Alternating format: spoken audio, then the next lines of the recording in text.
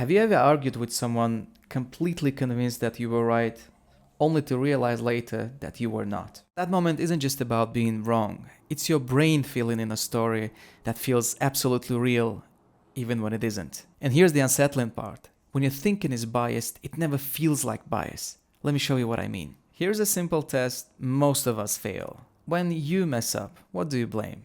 Circumstances, stress, bad luck. When someone else messes up, what do you blame? Character, carelessness, or who they are. If you judge yourself and others by different standards without a good reason, that's not fairness, that's bias. Psychologists call this the double standard bias. The mind does something subtle here. It protects our self-image because admitting we're wrong can feel like we're admitting that something is wrong with us.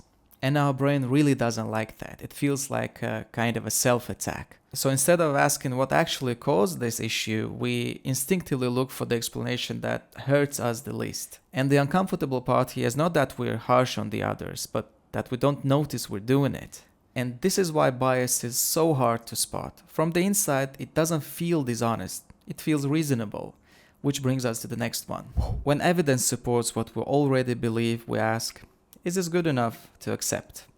But when the same quality of evidence challenges us, we ask, is this strong enough to force me to change my mind? Same evidence, different standards. That's not careful thinking, that's bias wearing the mask of logic. Most often we don't reason like neutral observers. We reason like soldiers whose job is to defend their position, to defend what they believe. A scout, on the other hand, is different. A scout doesn't care about winning or losing an argument. They care about seeing the world as it actually is, because having the wrong map can get you in trouble. In the book, The Scout Mindset, this difference is described as soldier mindset versus the scout mindset. And the difference isn't intelligence, it's motivation. A soldier wants to defend their position. A scout wants to know what is true. And once you see this difference in the mindset, you will start noticing it everywhere. And these biases, they don't just affect our opinions, they affect important decisions that we make. The ones about our work, our relationships, and the direction of our life. Which brings us to the next one. This is the status quo bias, our tendency to defend whatever happens to be normal right now. Here's the test. If this wasn't your current situation, would you actively choose it? For example, you have a stable job. It's familiar, predictable. Then you're offered a new one. Better pay, better prospects, but it means moving to a different city. And now you start asking yourself, should I really leave what I already have?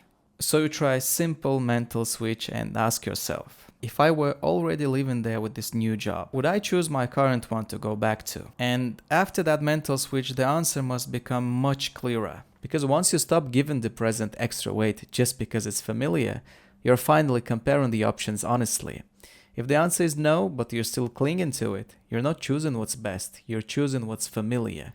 The fourth bias is conformity bias. Believe in something because everyone else around you believes it. Not because you examined it carefully, but because disagreement feels risky. Social pressure doesn't just silence people, it quietly reshapes in their minds what feels reasonable. Now let's move to the next one. In the 1980s, Intel was in serious trouble.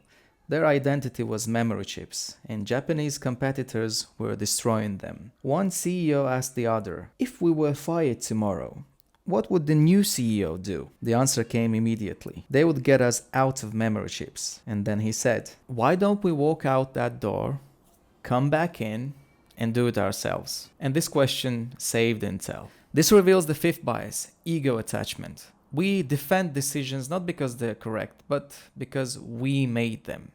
The antidote is the outsider test. If someone else stepped into your situation without your history or pride, what would they do? Now let's talk about why do we resort to these biases instead of trying to think clearly.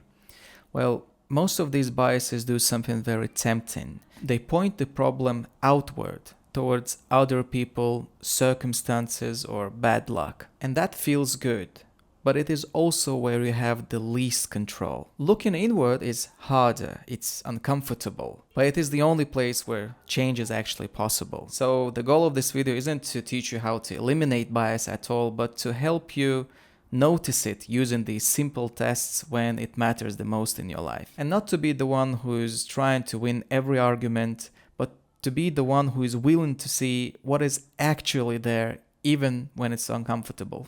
If content like this is useful to you, it would mean a lot to me if you subscribe to my channel and leave a like on this video. Let me know in the comments which of these biases you notice the most, and thank you for watching.